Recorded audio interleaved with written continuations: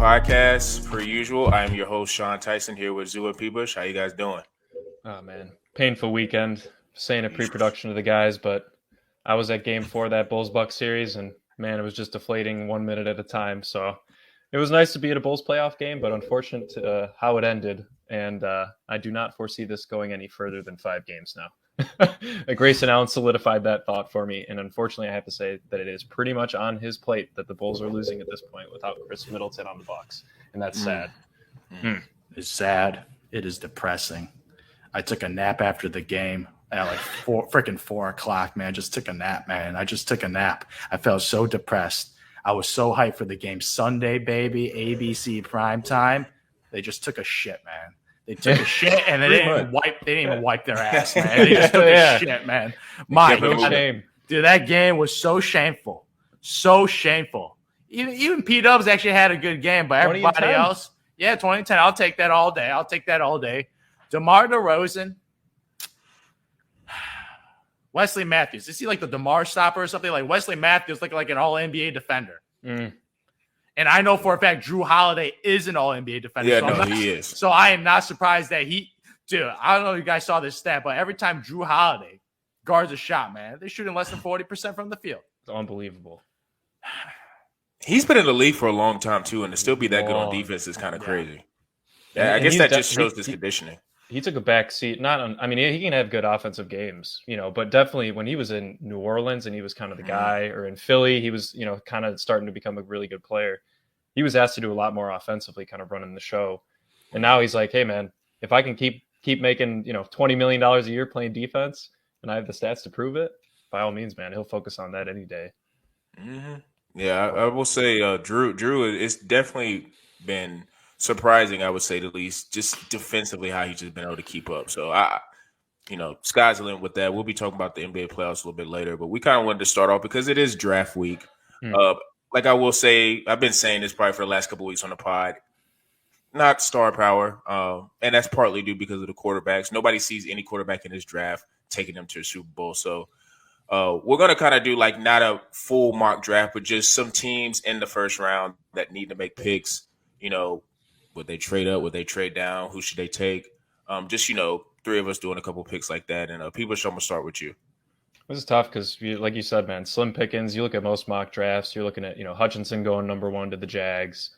A lot more defensive players, couple offensive tackles and guards really going in that top 5. But look, man, I'm looking at a team at the 6th spot. I see the Carolina Panthers. That team is completely lost at the quarterback position. Going, Teddy Bridgewater to Sam Darnold to try and Cam again. And I think they're the team that needs to take a risk on a quarterback, even in a draft that really isn't that bolstered on the QB front.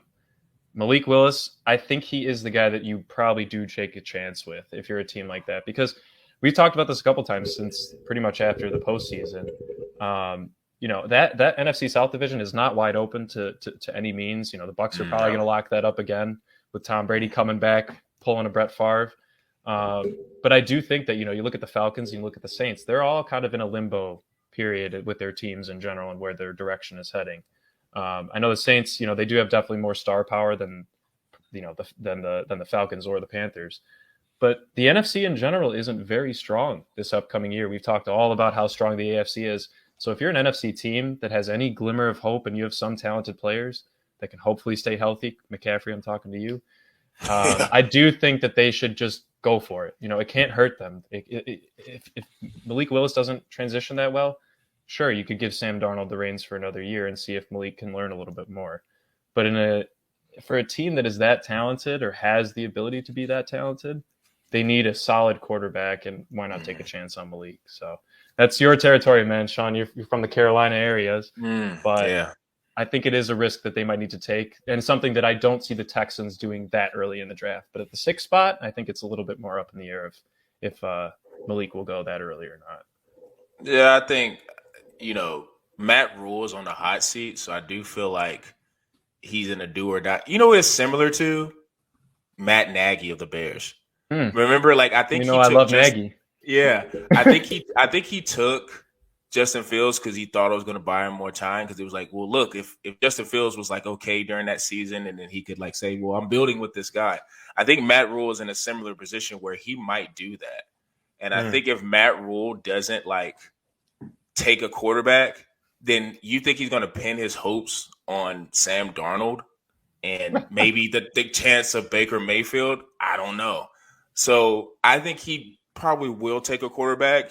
I don't know. Maybe he may trade back a pick or two if he thinks, because there's not a lot of teams that's looking for quarterbacks. So he may try to get some more capital. But I definitely think he could probably take. He would take, Malik Willis just to say he could buy time. But I would go. Me personally, I'm looking at the Eagles because they have 2 draft picks. There's not a lot of quarterbacks that I would take in the first round, but just in terms of other skill positions, there are a lot of options. And I've been consistent with, receivers. Everybody in the league has at least 2 to 3 receivers now that can go. Like you have 2 to 3 guys that could play. Like there's no weak spots at receivers because there's just a million of them. And so I feel like with the Eagles, I think they're like at 15, 18. They're in the middle of the first round. Just to make sure, like I would maybe package one of my first round picks, preferably at 15 because that's more attractive. And I would maybe add a second round pick or a third round pick to move up a couple of slots because Jamison Williams, who is kind of considered in the top 2 receivers as being the draft, I guess you could say in the draft, I would make sure I get in that 10 to 13, 14 range, preferably 10 to 13. Yeah. Because that's where he's slotted to go. And just to be safe, because I saw in a couple of mocks they have him getting taken at 15, but if he's really considered a top 1 or 2 receiver, I just feel like he'll go before that. Yeah. And the team I was looking at was the Texans because they need as much draft capital as they can get just to rebuild that whole roster. So it's like if I could trade, with them and move back or move up a couple of slots, and they could still get 2 first round picks, I think they would take that because I just think Jameson alongside Devontae would make a nice 1-2 punch of explosive receivers. And I also think, if Quez Watkins keeps taking his leaps, then he could be a nice slot guy.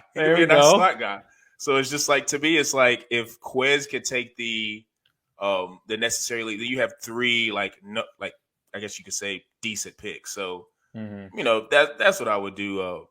I guess trading wise, I wouldn't trade too far up, but I definitely think that the Bills are another team. I also think the Bills kind of have I guess you would say a need in the backfield. They always say don't draft. They always say don't draft. You know I'm a Devin Singletary guy. Yeah.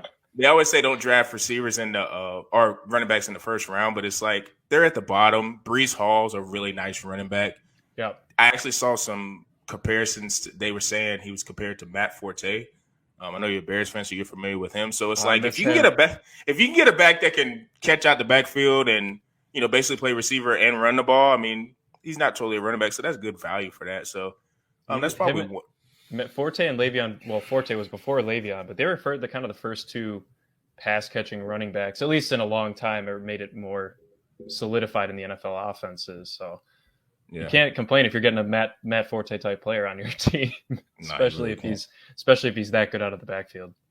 Yeah, no, that would be one of the options. So, I don't know if Zoo's just to inform everybody, Zoo's coming off a happy hour from his corporate job. And I think Zoo's very slumped about 1, the Bulls, and 2, the Packers not maybe focusing on a wide receiver in the draft. Zoo. Man, I am very sad, man. No Devontae Adams. No Marquez Valdez-Scantling. Like, who the hell is Aaron Rodgers going to throw to, man? He's going to throw to me out there, man. Like, who is he going to throw to?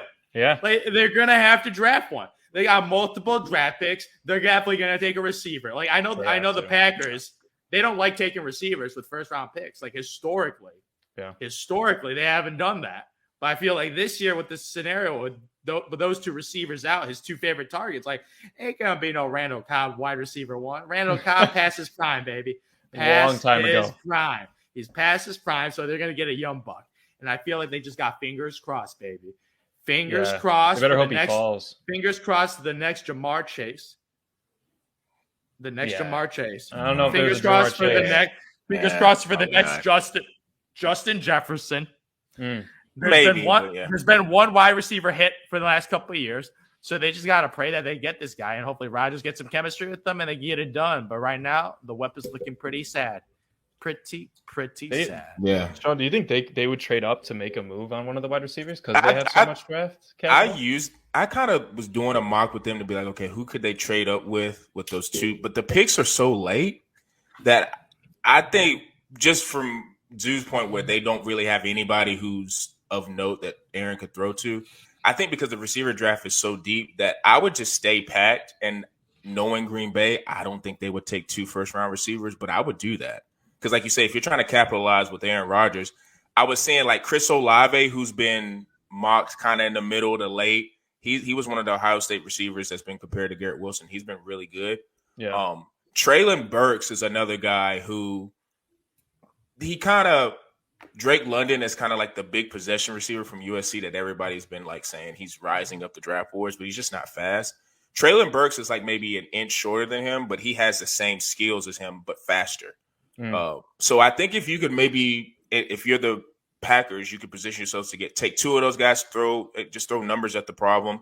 You do have a Hall of Fame quarterback, so I think any receiver that is first round quality that goes to Aaron Rodgers, he definitely could make those receivers better. So if they just have any ounce of talent, then they could probably come in and be huge impact guys. Because like you say, you could use maybe only 1 pick on a receiver and then use it on a defensive guy or whatever if you're anticipating. Because another thing that people really haven't been talking about this offseason, they still haven't extended hire, I think it's Jair Alexander. Yeah, they haven't. Their number one cool. They haven't extended him yet. And I don't know if it's because he's just wanting, I guess, whatever. I get Denzel Ward, whatever he got paid, he's going to want probably that. His contract, but yeah, it was pretty nice. Yeah. He's going to probably want that. So that may be a reason that he hasn't been extended. So if they may want to go with another first round DB like they did last year. But I mean, if you're Green Bay at this point, you're trying to maximize the years of Aaron Rodgers. Just throw receivers at the problem and figure it out. Like you say, you got a quarterback who knows how to get guys open. And like you say, Devontae has become an all-pro receiver, but part of his maturation was Aaron Rodgers. So to me, it's like, yeah, just go ahead and do that. And then, I don't see I just don't see a scenario where they could trade up and get high enough to get like a Jameson Williams. Because Jameson Williams, I think, is going to be gone by 11, 12, and at the latest 15, which will be the Eagles. So they don't have, unless, I don't really know how the draft in the NFL works with like players and picks. I don't know if you can attach players like they do with the NBA. I don't know how their trading works, but that'd be the only way Green Bay can maybe get up that high. Because you got to also remember New Orleans has 2 first-round picks too. I was just going to say that they haven't needed wide receiver, especially if Michael Thomas. Well, I don't even know what Michael Thomas' situation is, honestly, at this point. But if Alvin Kamara is really your best wide receiver, that's not the greatest scenario down there in NOLA. But yeah, man. I mean, I'm gonna make this quick transition because there's another New Orleans team, man, that's been doing a lot. The Pelicans, man. Pelicans versus Suns. I mean, the fact that it's 2-2. I mean, I know the Devin Booker loss is huge. I think he's out for another about 2.5 weeks, give or take. Yeah. I think they announced about 3 when he hurt his hamstring. But look, man, if you take Devin Booker off the Suns, then you have to kind of give the edge talent-wise to the Pelicans, at least with how they're playing currently. It's crazy. Because Ingram and McCollum are going off. Valanciunas had the game that he needed to have in Game 4, where because he got abused by Ayton in Game 3 when Chris Paul and Ayton kind of popped off and carried. But the fact that Valanciunas came out and kind of bodied Ayton, moved him around a bit in Game 4, I think they really needed that. I think this one's going 7. Yeah, I really do. Me too. I do. I think. Go ahead. No, that's all you.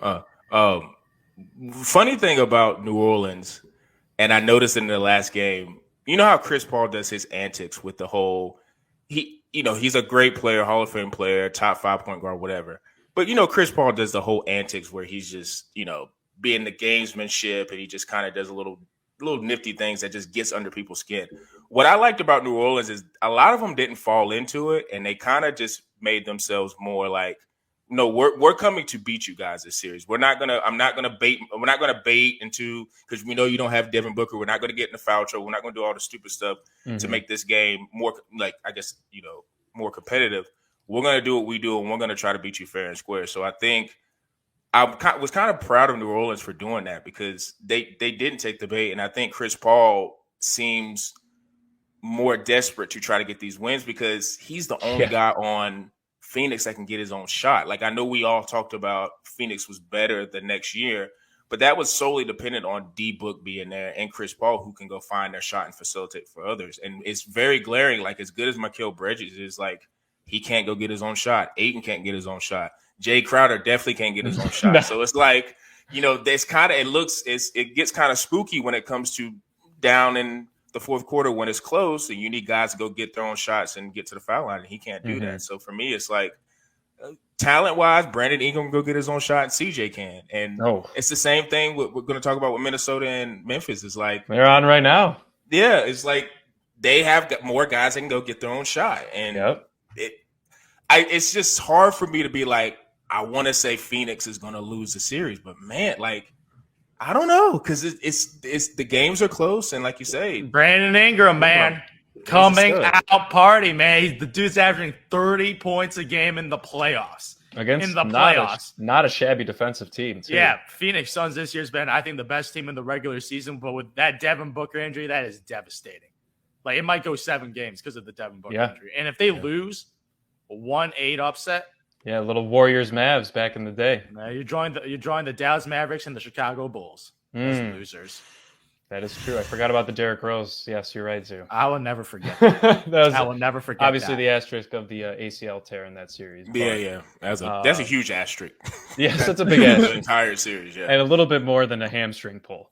But, I do think if the Pelicans are able to get out of this series – if the Suns are able to get out of the series, I should say, they're probably going to have to play the Mavs, which has been kind of a tough series to watch, but it's also exciting to watch a solid backcourt. I mean, the Jazz were having a tough time handling Brunson, and then you get Doncic coming back, and it's like 30 points first day, first day in the office. First game, yeah, and you got Mitchell putting up 9 points, 10 points, whatever. If Mitchell can't score that team's not winning a game, let alone a series. We might have to start having some conversations about Donovan Mitchell, bro. We might have to. He's a volume scorer, which we all know, but he jacks up at least 28 shots in the playoffs. Yeah, very high bar. He has to. And his favorite shot is that pull up 3, man. He loves jacking or a spin move in the middle. That's what that's. I've never, and I don't think any of us like the Jazz. Any iteration of the Jazz, even if they won a bunch of games. We just never have liked the Jazz. Boring. So, for my sake, I kind of want to see Dallas move on because Luka, him coming off. Beautiful. And like you say, Luka matching up with, I think I like his chances in the next round. Even if the Suns get Devin Booker back full healthy, then that's going to be a more competitive series. But if they don't get D Book back healthy and he doesn't come back to like game 2 or 3 and allow the Mavs to get up, that could map. You could all of a sudden see Luka and them in the conference finals, which would be crazy to say because it's like their defense. Their defense. That's the thing. This team's defense. Jason Kidd completely revamped their defense, and they're probably one of the top 5 defensive teams right now because the offense. Partially because KP's no longer there, man. Let's be honest. No more Porzingis bringing down that defensive side of the efficiency. And shout out to Spencer Dinwiddie too. He's another good guard that they have that can. He's not Brunson, but he's a good guard that can get buckets and help out. And he's not scared at the moment. So and if the Pelicans beat the Suns, I also don't automatically put the Mavs by them either. I think I'm not saying the Pelicans match up with them great defensively, but they definitely have. You could argue they still have arguable with the Mavs at a talent level. I think Brandon Ingram's a problem. Yeah, Brandon Ingram's a problem with his length. You got McCollum, who's a savvy veteran. He's going to do whatever pretty much he wants to do on that court, especially if Luka's guarding him. Let's be honest. Yeah, that's highway. And I don't know if they have somebody that can really body with Valanciunas down low. That's what I think is tough. No. Now, if the Jazz move on and they win the next 2, Gobert's going to be a problem, against either one, Ayton or Valanciunas. I think they'll both have a problem with Gobert. But if the Pelicans make it through, I don't think it's a cakewalk for the Mavs getting into the conference finals, and that's really weird to say. For playing against an 8 seed. If I knew what the betting odds were with the Mavs, like before the series, just to see the Mavs get to the finals, I would have probably bet something on them because I think Luka's going to turn it up as the series go on. Mm-hmm. Like if they end up, just say hypothetically, they get through to the conference finals and they face the Warriors, like there's going to be no pressure on the Mavs, and I think Luka would just go off. And the Mavs, like you say, they don't have any star players, but they have guys. Like I keep thinking too, like if they would have Tim Hardaway Jr. on this iteration of this team, that would make them even more of a dark horse because it's like you got another more solid shooter. Yeah, and with the acquisition of Dinwiddie, like I keep saying, I don't know. I just feel like they're not scared at the moment. We don't really have to really touch on, I guess. We should just for respect of the Nuggets. I'm glad Jokic got a game. Jokic, don't get swept, man. Don't get swept. I'm glad he did. I'm glad you don't want to have a TNT interview revealing him as MVP, and he's at home, man. Yeah, sitting in his palatial estate somewhere in Denver. Like, you don't want that. That would be awful. I'm glad Jokic got a game because some big shots from teammates too. Yeah, Will Barton had a clutch from the corner. Yeah, Will the thrill. Corner three, and Morris had that nice floater, man. That clutch floater. But unfortunately, Curry's minutes restriction has been lifted, and now he can drop 43 in 30 minutes instead of 33 and 25. So, look, man, I don't think we're right in the Nuggets coming back down 3-0. There is another team that might be making a little inch up towards coming back from 3-0. But talk about scary hours, man. That is crazy, man. You know what? And screw it. I'm going to jump to it because only Doc Rivers could do that. Only Doc Rivers, bro. Dude. I swear to God. Like, Doc Rivers, this is Doc Rivers. Yeah. Every time, he's Reggie Miller in the Garden. Dude, I swear to God, man. You up 3-0 against a team with Van Fleet injured. One of their best players was an all-star this year. Scotty Barnes is on a bum ankle. Yep. And you losing? It's embarrassing. Even Precious Achiuwa. Oh, yeah. And freaking Precious Achiuwa cost them a freaking playoff game because the brother missed 2 free throws, man. Shout outs to him because I had money lined on the Sixers. But goddamn, if I was a Raptors fan, I'm like, man, this Precious Achiuwa, man, you ain't precious. Come on, man. Come on, man. Missing 2 free throws. But they have a chance to force 7 at home. Right now. And that means I know I'm getting on the record right now. If they force 7, does Philly win? No. That's demoralizing. I don't think they do it. I don't think they do it. You want to know what it is? It's the same thing that the Spurs went through when Ray Allen hit that 3 in the corner. The series was over from that moment on. When he tied that game, all the momentum just swung. If they force 7, even though it's in Philly, those fans are going to be pissed. And you got Embiid with that torn ligament in his thumb, man. I mean, he needs surgery after the season. It's tough, man. Yeah, and James, I think we've all accepted he's not the player he is. He's just not. And Maxey, he's playing all right. He's okay, but I said, 20 points a game, man. 20 points a game as a third option. We won't get into it. We won't get into it. 20 points a game, man. That's all you can ask. I'm gonna let you have it. I'll let him have it. But James Harden, get scared if they lose. Yeah, I'm telling you, James Harden has been horrendous. Yeah, in this playoffs. He's a shell of himself. Yeah, the dude, he can't shoot over 50%. He's the most inefficient scorer right now in the playoffs. Like, as a bottom, because the thing is, not only is he inefficient, it's inefficient on low volume shooting. Yeah. Like, you're shooting 11 times, you're going 4 for 11. Like, that's garbage, man. That is garbage. And Joel, at least get to the line. Yeah, he's not getting to the line. And Joel Embiid, again, in his previous post-game press conference, he wants James Harden to be aggressive. Yeah. I'm getting deja vu again. I'm getting deja vu about Ben Simmons. He's like, man, Harden, I just need you to be you. Be aggressive, man. Be that guy. Damn. Especially with a torn ligament in your thumb, man. That is not pleasant to play through. Dude's like, man, I got a torn ligament, man. I got my PGs putting up no points, man. Like, they need 25 points from James Harden. They need it. At least 25. Like, he's not even hitting those plateaus consistently. And plus, too, if you notice, just if you just single out on Harden and his, like, outside of not getting to the line because he can't blow by anybody, even his step back, like his in and out dribble to get this, he can't. It's like the guys are on top of him every time he tries to do that move. And then what he does is he's a crafty player, so he'll either try to lean into you to get the foul, or he'll do some BS little lose the ball the way it looks like he got fouled, and it's up to the ref, and the refs are not bailing him out because they kind of see what we see. Like, he just doesn't look like a player who's. I don't want to go too far. I'm not going to go too far to say he's I said he's a show of himself, but it's just hard for me to believe that a guy. And we saw signs in Brooklyn, but then when he got to Philly, he had such a explosive start with Embiid. Is like, okay, there it is. So you kind of think it's somewhere in there that can he not just have 2 games in a row where he just goes crazy? And I don't know if he has that in him. Just play above average. Yeah. Or play better than you have been playing. That's all they need him to do. Yeah. It's going to be real interesting because I do think they're going to end it in Toronto because they just have to. Because if they don't, they're going to lose the series. So I think next series is really going to be, considering the Heat do what they're supposed to do against the Hawks tonight, which I think they will. It's going to be real interesting because Miami likes to do defense, and they have a lot of guys on the perimeter who can guard. So we'll talk about that another day. But I think we got to get to the nitty gritty of what happened last night with. And I got to come on this, and I got to kind of come on this podcast and make a formal apology to the Boston Celtics. I was completely wrong about them being ready for the playoffs. They were ready and then some for the Brooklyn Nets. They did not have one player have a bad series. Not one player had a bad series. Rotation solid as hell. Even Peyton Pritchard had decent part of the games. Like hit his open threes, man. That's all he has to do. That's all you got to do.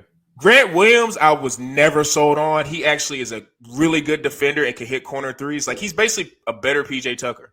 Like can guard multiple positions. Younger, like Boston, man. Like you could just tell Ime Udoka. Like I know everybody's talking about like Steve Nash wasn't doing what he's supposed to do as a coach for the Nets, but Ime Udoka, you can tell. That's where you can tell NBA. Like people talk about the NBA, like doesn't matter about coaching, but it does when you have a guy like Ime, because if you look at his pedigree and where he's been, it makes sense.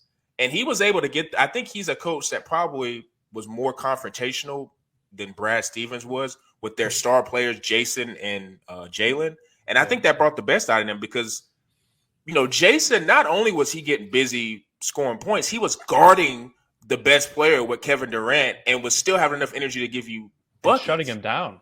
Yeah. Low key. He shut him down that whole series whenever he was on him. And we know what Marcus was doing. That was the most – I mean, I haven't seen Kevin Durant play that bad probably ever. No, nobody. Maybe since they went from Seattle to Oklahoma City when he first got into the league, and he was inefficient. I mean, the man had a very inefficient game 4. He did finally put up the numbers he needed to. Yeah. But I did want to make a point to kind of what Zoo was saying about Harden. Kyrie Irving was low volume shooting and was not very efficient throughout this whole series. The fact that Bruce Brown was pretty much their second leading scorer most games never good. But I just think, Nash, they didn't have a plan on offense. They just thought they could rely on the one-on-one. When the Celtics are too good of a defensive team to do that, you have to have some prep on offense, some flow. And then they don't have the actual ability to guard a team like that, especially when everybody on that team is making shots, from Daniel Tice, Peyton Pritchard, all the way to Tatum. So it was a tough series, man. I did not think they would get – I thought the Nets were easily going to win. You can watch last week's. I thought they were going to end up sweeping them out after that first game. Yeah. Well, the Celtics did just that, just the opposite of what I thought. So, and another props thing, to them, man, and props to Udoka. That was a good shout out. Another thing too that was really like eye opening. Tatum and Brown have like a chemistry where there's no nervousness. Like you can tell, like when they played LeBron back when they were really young and they went through that and it went 7 games and everybody thought Boston were going to go to the finals that year and they kind of just had to take their lumps. I feel like with those two in particular, that this is the example of, like you say, just because you got 2 high picks, like that doesn't mean you're going to go to the finals every year. Like it's the process of it. And I think with those two, they just came in and was like, okay, we're going to dominate this series.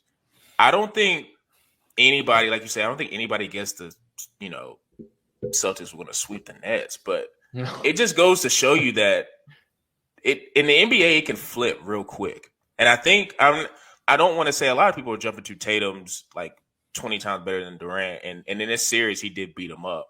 I do think that's a little bit of an overreaction. But these next few years are going to get interesting because with LeBron going in year 20 and Durant in this series getting exposed like he did, Durant's still going to always score until the day he dies.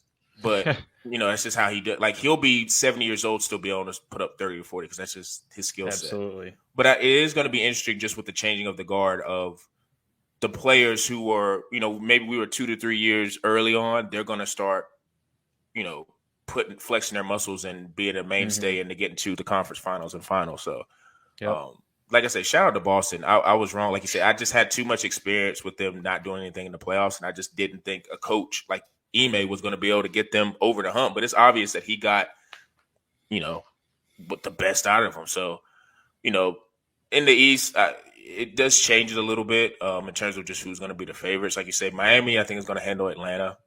Philly, they got to get Game 6. Celtics and Heat might be the crop at this point. I'm still not gonna count out Giannis, even though the Middleton injury is a huge factor. That series is going to be a really good series next because Giannis is still a mismatch problem. Boston didn't have anybody for him, and I think Giannis is going to bring it every game. So I think that's still going to be a tough matchup for Boston. But or the Bulls, I'm just kidding. Yeah, or the Bulls. Shout out, and then Zach LaVine getting the protocols, bro. That's just like, come on, man. Hey, dude, and he had he was distributing at Game 4 when he put up 13 assists. I thought that was a little bit. That was a bright star in his game because I think with him being a free agent and the Bulls not really knowing where they're at, I'm interested to see what they do with him. We can get into free agency later on, but I think if they can rely on him to be more of a distributor when they need him to be, that's huge. Just even off one game and even off such a bad loss, it was good to see him kind of facilitating, especially with Caruso, going into concussion protocol. So, but Bucks are going to close it out, and that's going to be a hell of a series, Bucks and Celtics defensively, especially.